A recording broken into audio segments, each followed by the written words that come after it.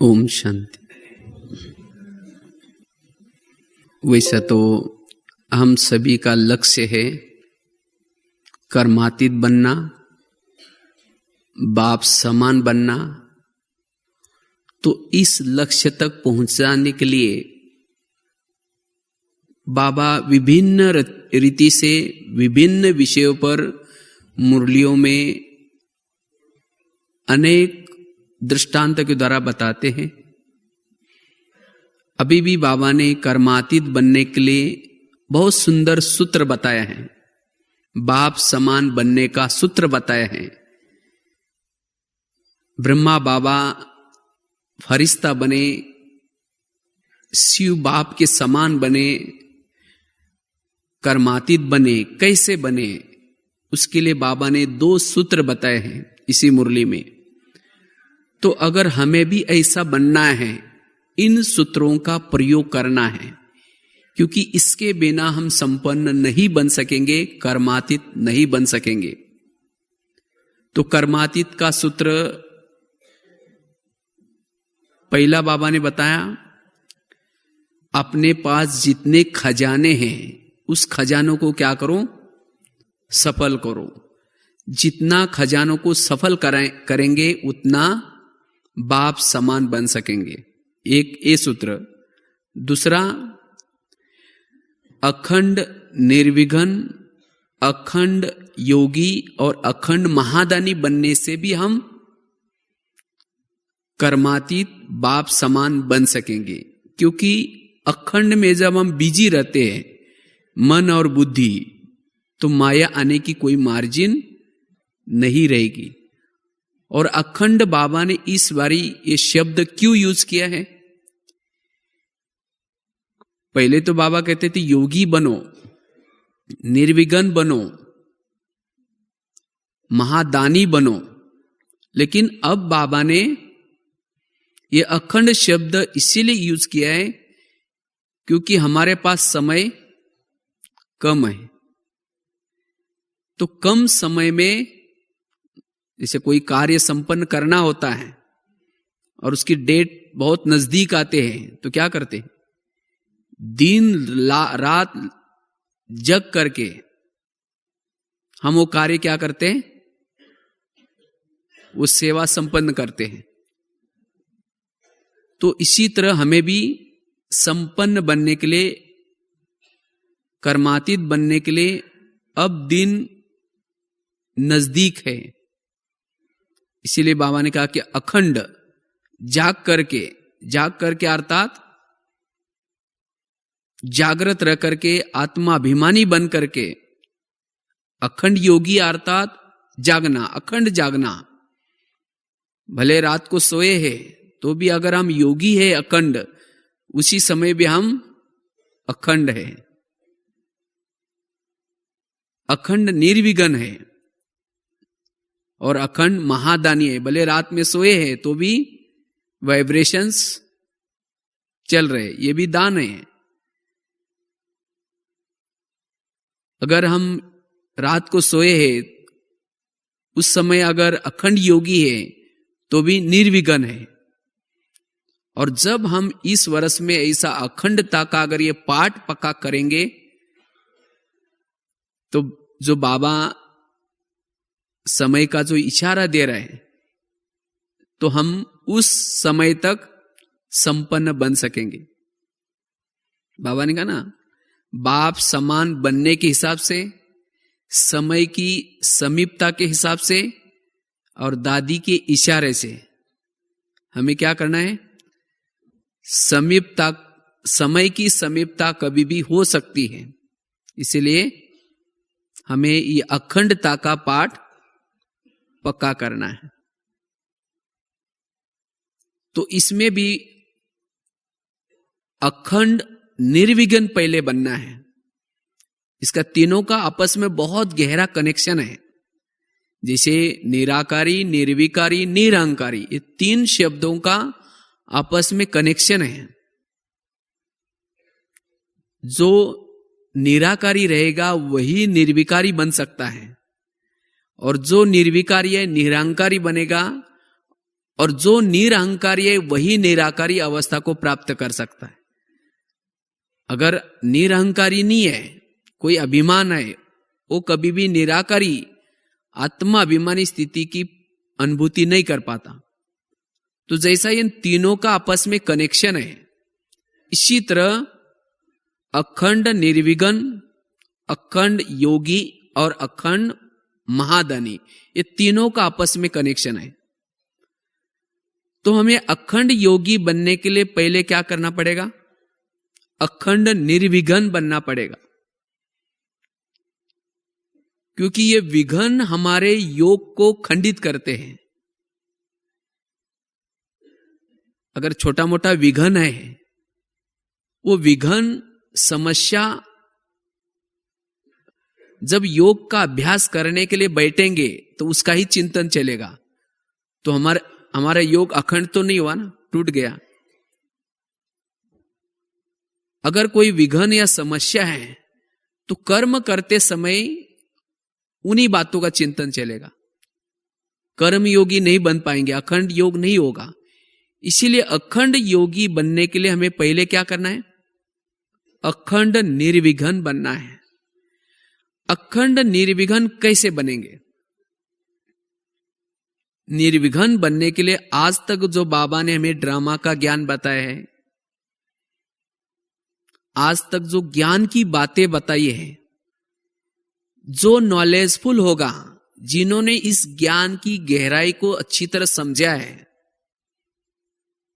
वही जीवन में आने वाले विघ्नों में हल्का रह सकता है। और विघ्न तो आएंगे, निर्विघ्न मतलब कोई ऐसा नहीं कि विघ्न न आए। कई सोचते निर्विघ्न मतलब कोई विघ्न ही ना आए। निर्विघ्न इसको नहीं कहेंगे। निर्विघ्न अर्थात विघ्न आए, बातें आएंगी, समस्या आएंगी, लेकिन मन में कोई भी प्रकार की हलचल नहीं,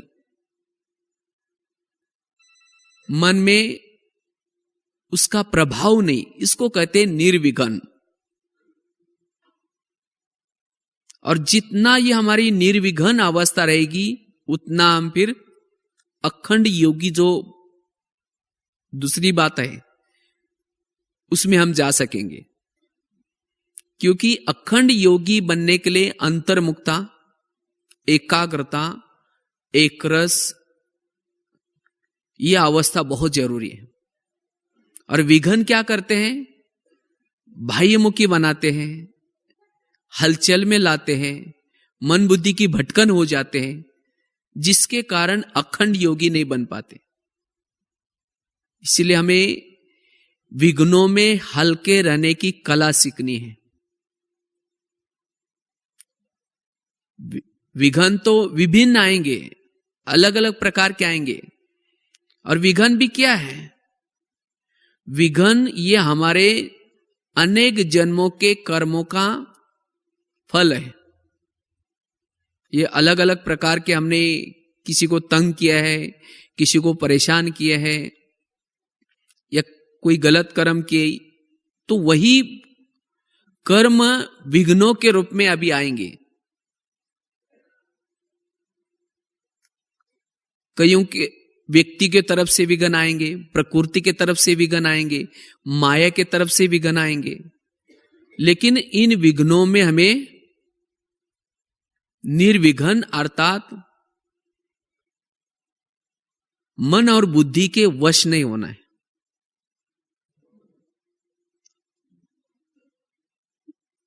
ऐसा हम अगर अखंड निर्विघ्न रहेंगे तब अखंड योगी बन सकते। और जो अखंड योगी है वही अखंड महादानी बन सकता है। महादान देने की आवश्यकता नहीं, लेकिन अगर हम अखंड योगी हैं तो ऑटोमेटिकली वो दान देगा ही। जिसका अखंड योग है उसके अंदर गुण नजर आएंगे। जब ज्योति अंदर से जागृत है, जैसे सूरज निकला है, उसे किरणें फैलेगी। इस तरह से अखंड योग है तो उसे वाइब्रेशंस फैलती रहेगी। हर पल चाहे कर्मों में भी वाइब्रेशन फैलेंगी, चलते फिरते भी वाइब्रेशंस फैलेंगी। इसीलिए हमें सबसे पहले क्या करना है, अखंड निर्विघ्न बनना है। चलो अभी 2 मिनट के लिए प्रेम से बस 2 घड़ी प्रभु का ध्यान कीजिए, अपनी अंतर आत्मा को शांति से भर लीजिए, शांति से भर लीजिए। तो वर्तमान समय हमें अखंड निर्विघ्न बनने की आवश्यकता है, क्योंकि इससे हमारी काफी शक्तियां, एनर्जी वेस्ट होती जाती है। इसीलिए विघ्नों में भी हम हल्के रहने का पुरुषार्थ करें। और विघ्नों को कभी कभी हम विघ्न है लेकिन तो भी पुरुषार्थ न छोड़े, विघ्नों को लेके उड़े। जैसे एक छोटी सी कहानी सुनाते हैं, जैसे एक जगह पर कुछ पंछी थे, वो क्या हुआ, कबूतर थे, उसके ऊपर किसी ने आकर के जाल डाल दिया। तो कबूतर ने सोचा कि अभी अगर हम ऐसे ही उसको तोड़ते रहेंगे तब तक वो व्यक्ति आकर के हमें क्या करेगा, शिकारी पकड़ लेगा। तो उन्होंने सब ने सोच करके क्या क्या, साथ में सब एक साथ में एक बल से उड़ गए। और उड़ करके जा करके उनका एक दोस्त, कोई एक कबूतर का दोस्त था, चूहा, उसके पास जाकर के वो स्वतंत्र हो गए, जाली से निकल गए। तो कहने का मतलब, अगर वो यही सोचते रहते हैं, वो जाली तोड़ने में लगे रहते, तब तक वो व्यक्ति आकर के उनको पकड़ लेता।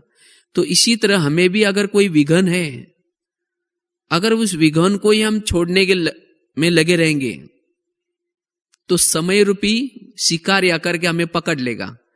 तो इसीलिए विघ्न है, लेकिन विघ्नों को लेकर के हम उड़े तो हमारा दोस्त बाबा हमें क्या करेगा, छुड़ा देगा। इसीलिए विघ्नों को लेकर के हमें परेशान नहीं होना है, लेकिन पुरुषार्थ करते रहे।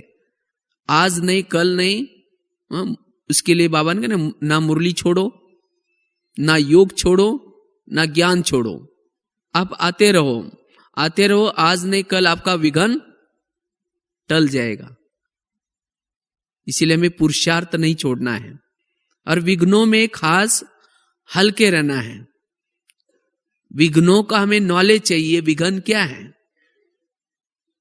नहीं तो कई बार हम विघ्नों में बड़े भारी रहते हैं, और विघ्नों में भारी रहते ऐसे वाले फिर योगी नहीं बन पाएंगे। योग में वही बातें चलेंगी, वही वाइब्रेशंस फैलेगा, महादानी भी नहीं बन पाएंगे।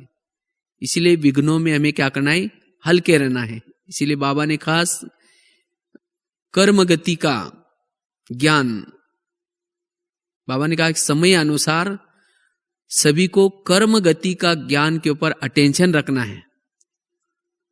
तीव्र पुरुषार्थी बनने के लिए कर्म गति का ज्ञान, क्योंकि जितना हमारे अंदर कर्म गति का ज्ञान स्पष्ट होगा उतना हम हल्के रह सकते हैं। और आगे चल करके समस्या, विघ्न, परिस्थितियां आती रहेंगी, क्योंकि हमें मुक्त होना इन बातों से। ये विदाई लेने के लिए आएंगी, अंत तक आएंगी, लेकिन तो भी हमें इनके प्रभाव से मुक्त रहना है। तो इसलिए कर्म गति, विघ्नों में जितना कर्म गति का ज्ञान होगा उतना हमारी अवस्था एकरस रह सकती है। कोई संबंधों से विघ्न आते हैं, कोई परिवार से विघ्न आते हैं, तो ये संबंध में आने वाले जो आत्माएं हैं, इन आत्माओं का हमारा जन्म जन्मांतर का कोई ना कोई रिश्ता है। अगर इन विघ्नों को हम सहन करते हैं, सहन करने से वो हमारे जो आपस में कर्म बंधन बने हैं वो भी चुक्त हो जाते हैं।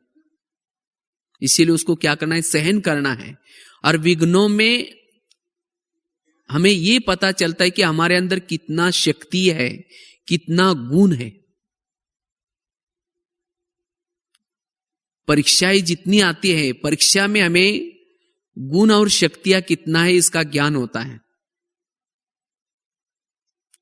और विघ्न जीत बनने के लिए, विघ्न विनाशक बनने के लिए आज तक जिन्होंने शक्तियां और गुण धारण किए हैं, उसके लिए विघ्नों के समय परेशान होने की आवश्यकता नहीं।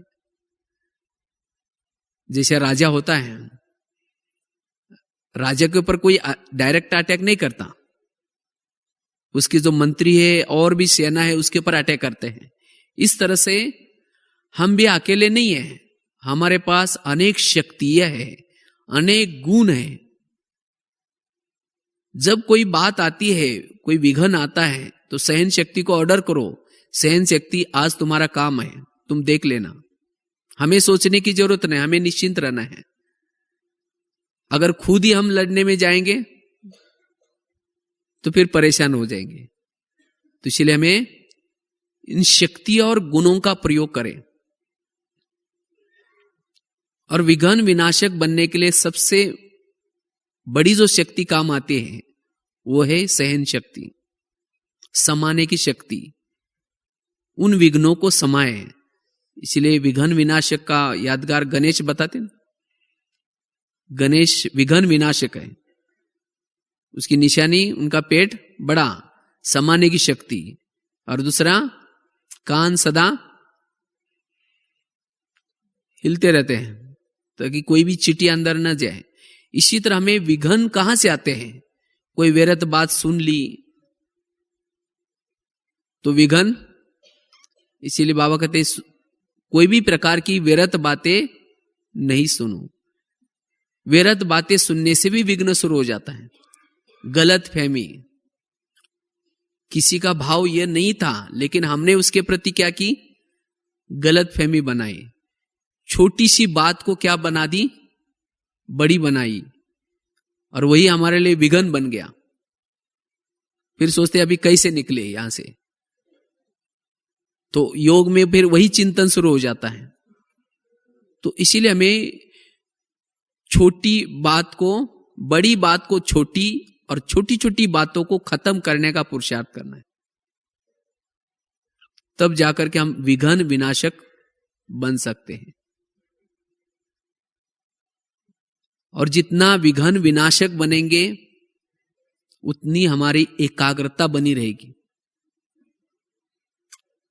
और विघ्न जो आते हैं, विघ्न इसीलिए आते हैं हमें और ही हमारी लगन को बढ़ाने के लिए। भाग्यशाली आत्माएं वो है जिनकी परीक्षाएं अधिक होती है। परीक्षाएं अधिक, विघ्न अधिक, उतना उनका सत्युग का भाग्य भी ऊंचा। जैसे स्कूल कॉलेज में जितनी परीक्षाएं हम ज्यादा देते हैं उतना पद भी क्या मिलता है? ऊंचा मिलता है। क्योंकि परीक्षा में हमारे पास कितना ज्ञान है, कितना हम पढ़ाई किए हैं, कितने गुण धारण किए हैं, उसकी परख होती है। इसीलिए परीक्षा से घबराना नहीं है। परीक्षा हमारे लिए कल्याणकारी है। अगर परीक्षा ही नहीं होती तो हमारा कल्याण भी नहीं होता। तो जब इन बातों का जब ज्ञान हमें होता है, उसी समय हम विघ्नों में भी हमारी हलचल नहीं रहेगी। विघ्नों में भी हम निर्विघ्न रहेंगे। विघ्नों में अगर हम हलचल में आते हैं, समय का खजाना गया, श्वास का खजाना गया, शक्तियों का खजाना गया, सभी खजाने वेस्ट हो जाते। इसीलिए बाबा कहते बच्चे अखंड निर्विघ्न बनो, तब जाकर के अखंड योगी बन सकते हैं। नहीं तो कोई बोलते ना योग में पता नहीं माया आती है। योग में माया कौन सी आती है? जो सारा दिन देखा, सारा दिन सुना, वही बातों का चिंतन चलता है। और इसीलिए अखंड योगी नहीं बन पाते, अखंड कर्म योगी नहीं बन पाते। इसीलिए हमें विघ्नों में क्या करना है? हल्के रहना है। विघन या समस्या, जैसे कहा, हमारे ही अनेक जन्मों के किए हुए कर्मों का ये फल। इसीलिए कर्म सिद्धांत को वर्तमान समय हमें सदा ही क्या करना, अटेंशन रखना है। मैं हमेशा एक कर्म सिद्धांत का बहुत सुंदर के एग्जाम्पल है, सुनाता रहता हूं। तो किस तरह से हमारे साथ जो घटनाएं होती है, जो समस्या आती है, जो विघ्न आता है, किस प्रकार आता है, ये हमारे कर्मों का ये फल है। जैसे ये कोई कहानी नहीं है, लेकिन ये प्रैक्टिकल एक घटना है। एक आगरा में एक परिवार रहता था, पति पत्नी रहते थे, बहुत गरीब थे। तो उनके पास एक मेहमान आया था। वैसे मेहमान दिल्ली में खरीदारी करने के लिए आया था, यूपी का था। तो बहुत बड़ा व्यापारी था, उसको काफी खरीदारी करनी थी दिवाली की, इसलिए काफी पैसा लाया था साथ में। लेकिन जिस दिन वो दिल्ली में पहुंचा, दिल्ली में पूरे दुकान बंद थे। तो उसने सोचा कि अभी मैं सारा दिन क्या करूं, इसलिए क्या करता, वो आगरा देखने के लिए चला जाता है। उसने सारा दिन आगरा देखा, लेकिन रात में उसको सोने के लिए कोई जगह नहीं मिली, क्योंकि सभी होटल वगैरह बुक थे। तो उसने सोचा अभी मैं क्या करूं, इतना सारा पैसा है, अगर बस स्टैंड पर सो जाऊंगा तो कोई क्या करेगा, चोरी करके लेके जाएगा। तो इसलिए उसको याद आए, मेरा एक मेहमान है जो गरीब था, उसका मेहमान था, दूर का था, तो उसका एड्रेस था, वो एड्रेस अनुसार चला गया और जा करके खाना वगैरह खाया, बातचीत की। जब रात को सोने के पहले उसने अपनी बैग खोली, उसके अंदर कपड़े थे, कुछ बेडशीट वगैरह था, वो चेंज करने के हिसाब से उसने बैग खोली। उस समय गरीब की पत्नी दूर से उसके बैग में देख रही थी। तो उसमें देखा कि उसके अंदर बहुत सारे पैसे के बंडल रखे थे, 500 के या हजारों के नोट। तो उसके मन में आता है कि हम तो कितने गरीब हैं, लेकिन इसके पास कितना सारा पैसा है। तो उसको लगता है ये मैं पैसे कैसे लूं ताकि हमारी गरीबी क्या हो जाएगी, खत्म हो जाएगी। तो जो मेहमान तो अपना खाना वगैरह खा करके वो सो गया गहरी निद्रा में, लेकिन उस गरीब की पत्नी को नींद नहीं आती। तो 11-12 बजे तक वो सोचती रहते हैं। तो उसको एक युक्ति आई, उसने बाहर गए और बड़ा एक पत्थर लाया और पत्थर ला करके सीधा उसके सिर में डाल दिया और उस मेहमान का मर्डर किया। तो उसने पैसे की बैग लेके जाकर के पति को दिखाई। पति तो डर गया, कहा कि लोगों को पता चलेगा, पुलिस को पता चलेगा। कहा कि किसी को पता ही नहीं चलने देंगे। वो बाजू में जमुना नदी थी, उसको क्या किया, उसको दोनों ने उठा करके फेंक दिया। लोगों से छिपा सकते हैं, व्यक्ति से छिपा सकते हैं, लेकिन कोई कर्मों से छिपा नहीं सकता। आखिर उन्होंने क्या किया, उसी पैसे से एक प्लॉट खरीद किया, एक बिल्डिंग बांधी। पैसा काफी था तो इसलिए एक छोटा सा दुकान भी बनाया, एक कार खरीद की, फिर अपने लिए सोना गहने बनाई, थोड़े कपड़े वगैरह अच्छी सिलाई की। उनकी गरीबी खत्म हो गई। कुछ सालों के बाद उनको एक बच्चा हो गया, बच्चा था ही नहीं, कुछ सालों के बाद, बहुत सालों के बाद एक बच्चा हो गया। बच्चा एक ही था, इसीलिए उसके साथ बहुत प्यार था, खिलाना पिलाना, अच्छे स्कूल में उसको पढ़ाया। बच्चा नौकरी करने के लायक हो गया। एक बार अचानक वो बच्चा बीमार हुआ, तो बच्चे के साथ बहुत प्यार था, एक ही था, इसीलिए उसको अच्छे हॉस्पिटल में दिखाया। बहुत खर्चा आया, उन्होंने जो कार ली थी वो बेच दी हॉस्पिटल के खर्चे के कारण, तो भी बच्चा ठीक नहीं हुआ। आखिर उन्होंने जो दुकान चालू किया था वो भी बंद किया, तो भी बच्चा ठीक नहीं हुआ। उसको और अच्छे हॉस्पिटल में दिखाया दिल्ली में। उसके बाद और खर्चा आया, जो गहने बनाए थे वो भी बेचे। सोचा ये बच्चा ठीक हो जाएगा, नौकरी लगेगा, फिर दोबारा गहने बना देंगे। बच्चा ठीक नहीं हुआ। आखिर जो बनाई थी बिल्डिंग वो भी बेची, तो भी बच्चा ठीक नहीं हुआ। तो एक दिन वो बच्चा कहता है, पापा जी आपने को जो मिला था पैसा खत्म हो गया, अब मैं जा रहा हूं। बच्चा चला गया। तो बच्चा कौन था? वही व्यापारी अपना पैसे लेने के हिसाब से बच्चे के रूप में आया था। यही विघन, अगर वो व्यक्ति कहे मेरे जीवन में कितने विघन आए, मेरे जीवन में कितनी समस्या आई, समस्या कहां से आई? उसने कांटे बोए तो उसके जीवन में कांटे ही आएंगे, समस्या आएगी। इसी तरह यह है कर्म सिद्धांत। तो इसी तरह आज मेरे साथ जो व्यवहार हो रहा है, मेरे साथ जो बातें हो रहे हैं, ये मेरे ही कर्मों का फल है। इसीलिए मुझे क्या करना है, उसको चुक्त करना है, सहन करके चुक्त करना है। एक तो योग से चुक्त हो सकता है, हम इतना योग लगाए जो हमारे वो चुक्त हो जाए, जो भोगने की आवश्यकता न पड़े। हम इतना योग नहीं लगाते जिसके कारण वो भोगना पड़ता है। अगर यहां नहीं भोगेंगे तो वो धर्मराजपुरी में चुक्त करना ही पड़ता है। इसीलिए निर्विघ्न बनने के लिए ये कर्म सिद्धांत का ज्ञान हमें बहुत जरूरी है। मेरे सामने जो बातें आ रहे, मेरे ही कर्मों का ये फल है, तो इसीलिए मुझे विघ्नों में, हलचल में नहीं आना है, लेकिन एकाग्रचित होना है। विघ्नों को इधर उधर सुनाने से, औरों को सुनाने से खत्म नहीं होगा।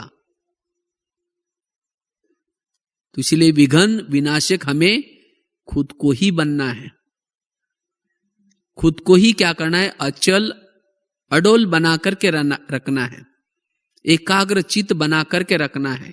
उस विघ्नों का दृष्टिकोण पॉजिटिव बनाना है, तब जाकर के विघ्नों में हम हल्के रह सकेंगे।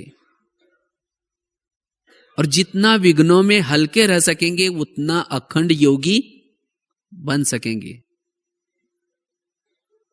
अखंड योगी का मतलब जिसका मन और बुद्धि निरंतर बाबा के पास रहे।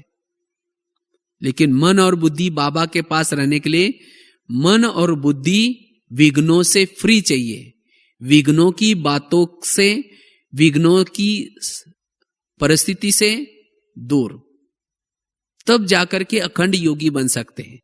और जब हमारी मन और बुद्धि बाबा के पास अखंड रहेगी, तब जाकर के हम मनसा सेवा कर सकेंगे, तब जाकर के हम महादानी बन सकेंगे। इसलिए वर्तमान समय हमें निर्विघ्न बनना है। और इसीलिए बाबा ने आज तक कितनी सारी मुरलियों में कर्म गति का ज्ञान, ड्रामा का ज्ञान, हर आत्मा का पार्ट अपना अपना ये ज्ञान, ये सब बातें हमें जीवन में आने वाली विघ्नों में हल्का रखने के लिए बताई है। अगर ये बातें बताने के बाद भी मुझे विघ्नों के समय मेरी थोड़ी हलचल होती है, इसका मतलब मुझे ड्रामा का ज्ञान पक्का नहीं है, मुझे कर्म गति का ज्ञान पक्का नहीं है। और अभी तो कुछ नहीं, अभी तो एक एक विघ्न आता है, आगे चल करके चारों तरफ विघ्न आएंगे। तो उसी समय हमारी अवस्था अचल और अडोल रहे, इसीलिए हमें अभी से क्या करना है, प्रैक्टिस करनी है। और विघ्न तो हमारे लिए कल्याणकारी है। विघ्नों से हमारा कल्याण होता है, विघ्नों से अकल्याण नहीं होता। आज तक जो आपके जीवन में विघ्न आए, क्या उस विघ्नों से अकल्याण हुआ? उन्हीं विघ्नों ने आपको कहां तक लाया? अच्छाई तक लाया या बुराई तक लाया? हा? अगर उसमें से कोई एक विघ्न नहीं आता तो आज यहां बैठते? उन्हीं विघ्नों ने हमें कल्याण के तरफ लाया। तो अभी भी जो विघ्न आएंगे, वो विघ्न भी हमें कल्याण की तरफ ही पहुंचाएंगे। इसलिए विघ्नों में हम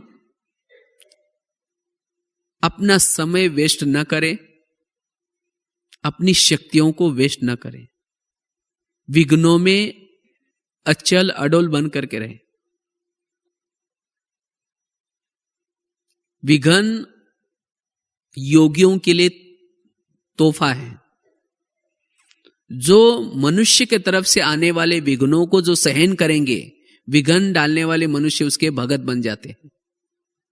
जो प्रकृति के तरफ से आने वाले विघ्नों को जो सहन करता है, प्रकृति उसकी दासी बनती है। जो माया के तरफ से आने वाले विघ्नों को जो सहन करता है, माया भी उसकी दासी बनती है। जो विघ्नों को हंसते हंसते सहन करता है, भगवान तो क्या, सारा संसार उसका युगों युगों तक गायन करता रहेगा। गायन ऐसा ही नहीं होगा, लेकिन संगम युग में जिन्होंने विघ्नों को सहन किए हैं, विघ्न विनाशक बन करके रहे हैं, उनका ही गायन और पूजन होता है। विघ्नों से हम मजबूत बनते हैं, विघ्नों से लगन की अगन बढ़ती है। इसलिए विघ्नों में हमें क्या करना है? हल्के रहना है, तब जाकर के अखंड योगी बन सकते।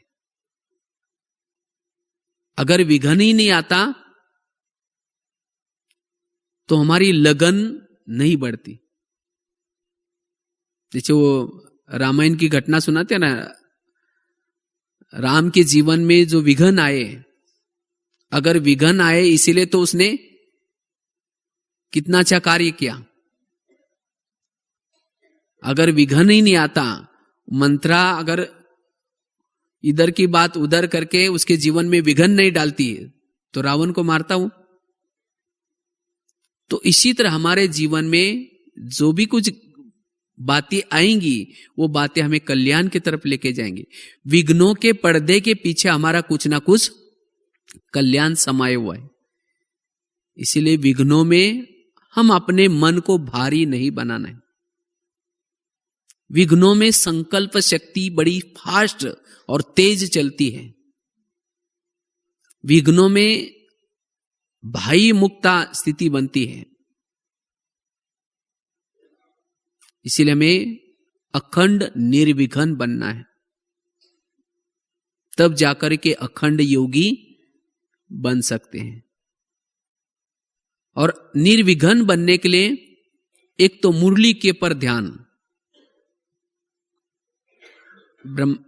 बाबा ने ब्रह्मा बाबा का एग्जाम्पल बताया ना, ब्रह्मा बाबा अंत तक, ब्रह्मा बाबा का किस बात से प्यार था? मुरली से। इसी तरह अगर हमें विघ्न विनाशक बनना है, उस विघ्नों में हल्का रहने के लिए बाबा मुरलियों के अंदर संजीवनी बूटी देता है। आज भी था ना, जो भी जिन्होंने छोड़ के गए उनको क्या करो? संजीवनी बूटी, मुरली। क्योंकि जब हम विघ्न आते तो मुरली से दूर हो जाते हैं। जब मुरली से दूर हो गए तो विघ्न और गहरा रूप धारण करता है।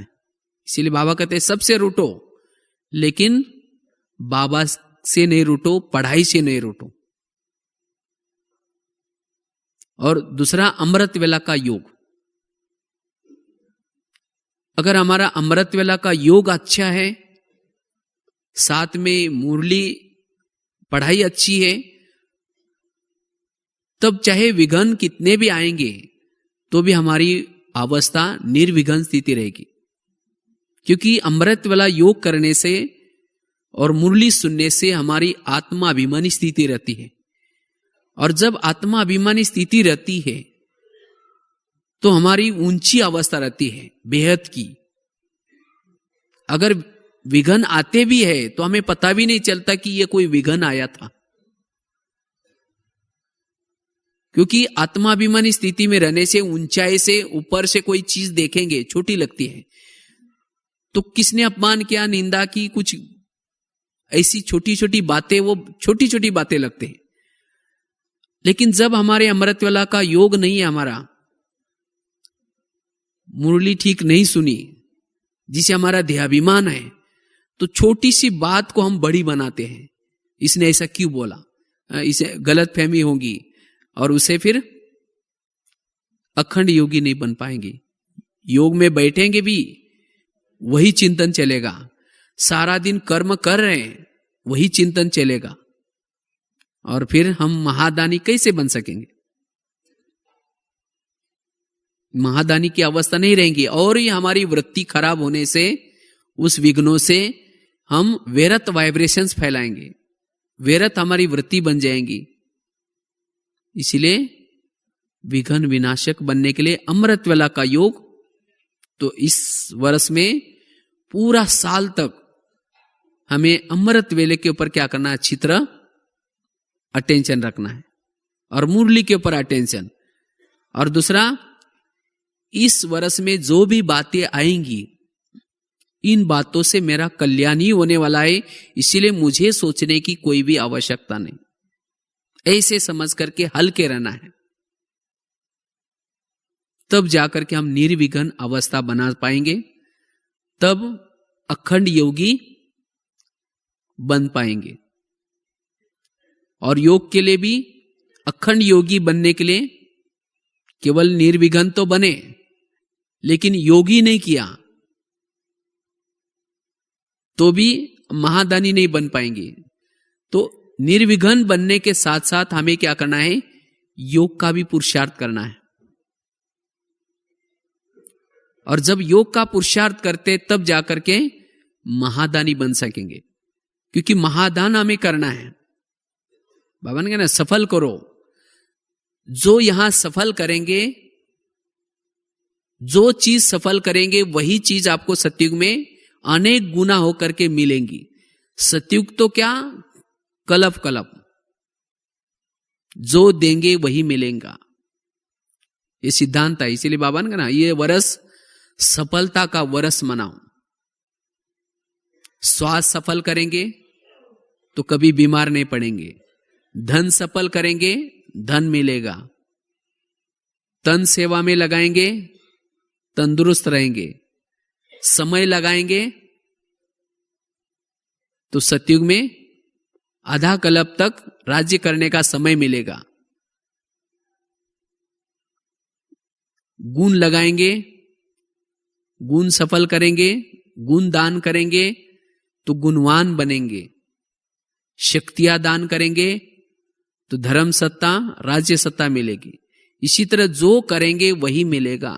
कईयों को ये लगता है कि हम बाबा के तो बन गए, बस अब हम सतयुग में भरपूर होंगे, सब कुछ मिलेगा, लेकिन ऐसी कोई बात नहीं। अगर यहां सफल नहीं करेंगे तो वहां भी नहीं मिलेगा, जो देंगे वही मिलेगा। इस पर एक बहुत सुंदर एक छोटी सी कहानी एक बार मैंने मराठी मैगजीन में लिखी थी।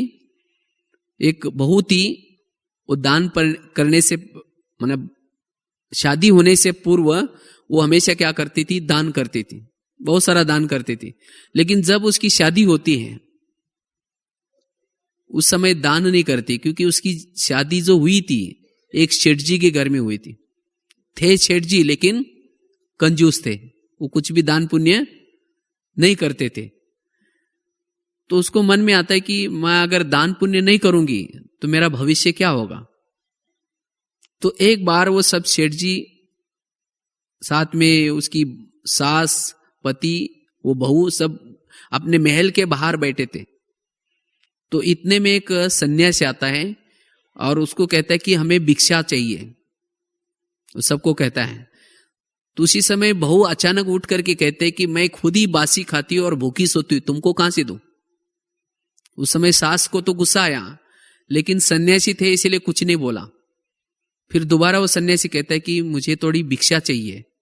उसी समय फिर दोबारा वो बहू कहते हैं मैं बासी खाती हूं और भूखी सोती हूं, तुमको कहां से दूं। वो सन्यासी तो चला गया। तो सास को तो गुस्सा आया था, उसने सन्यासी जाने के बाद वो बहू को पकड़ करके पिटाई करते, कहते तुमने तो मेरा नाक काटा, आज हम पूरा इस गांव में सबसे बड़े हैं, हम सेठ जी हैं, और तुमने क्यों कहा कि हम बासी खाते और भूखे सोते। तुमको कब मैंने बासी खिलाया, बासी तो हम फेंक देते। उसने कहा कि नहीं, मैं बासी ही खाती हूं। कहते बासी खाती हूं अर्थात आज जिस सेठ जी के घर में मेरी शादी हुई है ये तो मेरे पिछले कोई जन्मों का पुण्य का फल है, तो मैंने पिछले जन्मों का भी खा रही हूं, इसीलिए मैंने कहा कि मैं बासी खाती हूं। और भूखी सोती अर्थात इस जन्म में मैं कुछ नहीं कर रही हूं, क्योंकि आप लोग कुछ मुझे दान पुण्य नहीं करने दे रहे, और इसीलिए मैंने कहा कि मैं बासी खाती और भूखी सोती हूं, मना अगले जन्म के लिए कुछ भी दान पुण्य नहीं कर रहे हूं। फिर उसको सास का लगा हाँ बात तो सही है। फिर कहते ठीक है, जो घोड़े के लिए जो चने पड़े हैं पिसे हुए, तो उसको दान किया करो। तो सोचते चलो दरवाजा तो खुल गया कम से कम दान पुण्य करने का, तो क्या करते हैं, देते। तो एक दिन उसको लगता है मैं अगर चने दूंगी तो मुझे भी क्या मिलेगा, अनेक बोरी की बोरी अगले जन्म में चने मिलेंगे, अगर मैं चने खा के क्या करूंगी। तो क्या करते, उसकी एक दिन रोटी बनाकर रख देते। तो उसकी सास बिगड़ जाते, बोले काली काली कौन सी रोटी बनाए। कहते हम अगर चने देंगे हमें क्या मिलेगा? तब उसकी सास बोलते अच्छा जो चाहिए दे दो। तो इसी तरह आज हम भी ये चेक करना है, कहीं हम बासी खा करके भूखा तो नहीं सो रहे। आज हम ब्राह्मणों को आज इतना जो खजाना मिल रहा है, ज्ञान की पॉइंट्स मिल रहे, पालना मिल रहे, ये बासी खा रहे हम। अर्थात पिछले जन्मों में हमने संगम युग में, पिछले जन्मों में जो द्वापर से जो भक्ति की, उस भक्ति का फल ये बाबा की इतनी पालना मिल रही। तो हम कौन सा खा रहे हैं? अनेक जन्मों में जो कुछ भक्ति की उसका फल खा रहे हैं, मनाबासी खा रहे हैं और भूखा सो रहे। अर्थात ब्राह्मण बनने के बाद अगर हमने समय को सफल नहीं किया, तन को सफल नहीं किया, धन को सफल नहीं किया, हमने कुछ सफल ही नहीं किया, तो इसका मतलब हम अगले जन्म के लिए भूखा सो रहे। तो इसीलिए बासी खा करके भूखा नहीं सोना है। रोज कुछ ना कुछ क्या करना है? दान करना है, मनसा से सकाश देना है, क्योंकि हम सब पूर्वज हैं। इसीलिए बाबा ने कहा कि महादानी बनो। और जब हम ऐसे अखंड निर्विघ्न, अखंड योगी, अखंड महादानी अगर बनेंगे, सदा बिजी रहेंगे, तो माया आने की कोई भी मार्जिन नहीं रहेगी। और तब जाकर के बाप समान बन सकेंगे।